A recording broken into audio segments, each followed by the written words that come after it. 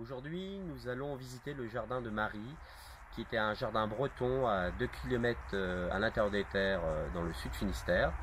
Marie a souhaité faire évoluer un jardin qui était assez ancien à base de camélias et de rhododendrons, on va dire typiquement breton, pour évoluer vers un jardin un peu plus graphique, plus minéral, à base de succulentes.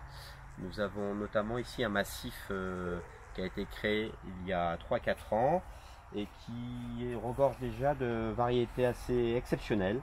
Nous avons des agaves Chidigera, une magnifique agave Blue Glow au bord rouge, qui est vraiment très très belle. Nous avons également d'autres types d'agaves, agave potatorum. L'arrière-fond est constitué de cordyline et de yucca et d'un bananier. La problématique de ce jardin breton qui bénéficie d'une douceur hivernale mais d'une pluie bien bretonne, c'est le drainage. L'important c'était de positionner tous ces succulentes sur un massif surélevé et drainé pour bien le réussir.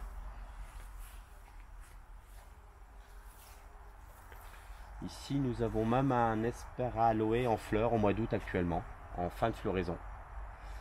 Et en arrière-plan, un magnifique Yucca filifera, déjà à 2 mètres de hauteur.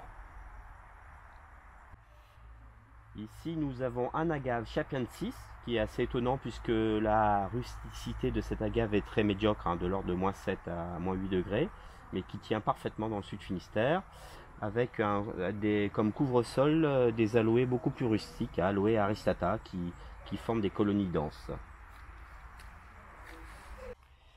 Ici, un agave Lophanta quadricolore apporte une couleur saisissante, à plusieurs tons, en contraste avec une cordyline Charlie Boy rose fluo.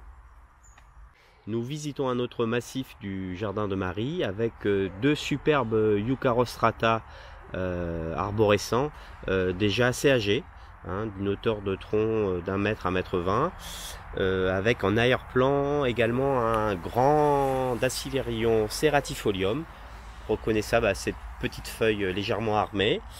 Et surtout, nous sommes en présence, qui est difficile en Bretagne, d'une plantation d'un cactus cierge en pleine terre, l'Echinopsis pasacana, qui est emblématique des plateaux boliviens et argentins. Il pousse très haut en altitude, ce qui lui permet d'avoir une rusticité intéressante de l'ordre de -12 degrés. Également, il a fallu bien drainer ce massif pour supporter l'humidité hivernale bretonne. Ici, nous sommes en présence d'un très beau spécimen d'un Butia eriospata, reconnaissable à ses pétioles rouges. Ce Butia est beaucoup plus rare que le Butia capitata et il a la particularité de s'adapter très très bien au climat océanique. Il a actuellement très belle floraison. C'est un sujet déjà assez âgé avec un stipe de plus d'1 mètre à 1,20 m. Autre endroit du jardin de Marie, autre thème, avec un effet jungle garanti, avec ces 3 fougères Antarctica, déjà assez âgées, avec au pied d'autres fougères, notamment des osmondes royales purpurescence en arrière-plan, le tout sous le regard de Ganesh.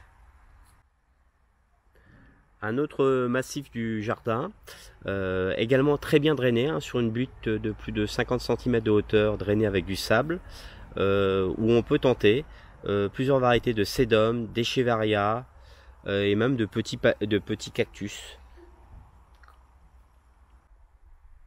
Un autre massif surélevé du jardin, également très bien drainé, avec un magnifique sujet d'aloe polyphylla qui commence son début de spirale, aloe originaire d'Afrique du Sud, avec devant lui un très beau agave splendida, Lophanta splendida à différents tons de vert, des petits cactus et aloe également.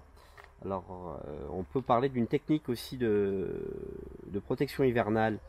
L'hiver, le danger, je le répète, en Bretagne Sud n'est pas les températures mais l'excès d'humidité. Donc c'est d'acheter quelques cloches sans se rendre esclave de son jardin, de protéger les variétés les plus sensibles à l'humidité, notamment les cactus, tout simplement par une cloche en plastique, et important avec une aération qui puisse éviter une condensation derrière, qui est très efficace, et il suffit de l'enlever lorsque les jours deviennent plus cléments, ce qui permet de conserver même des cactus en pleine terre. Nous sommes en présence ici d'un très bel agave Parasana, un très beau sujet de 80 cm de diamètre.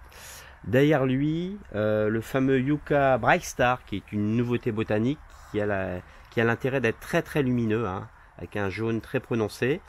Et derrière, vous avez une petite noline avec déjà un stipe, un tronc de 20 à 30 cm. Ici, nous avons un contraste saisissant entre quelques échiums pininana, les échiums des Canaries, qui en fleurs actuellement, qui se sont perdus au milieu de camélias très âgés.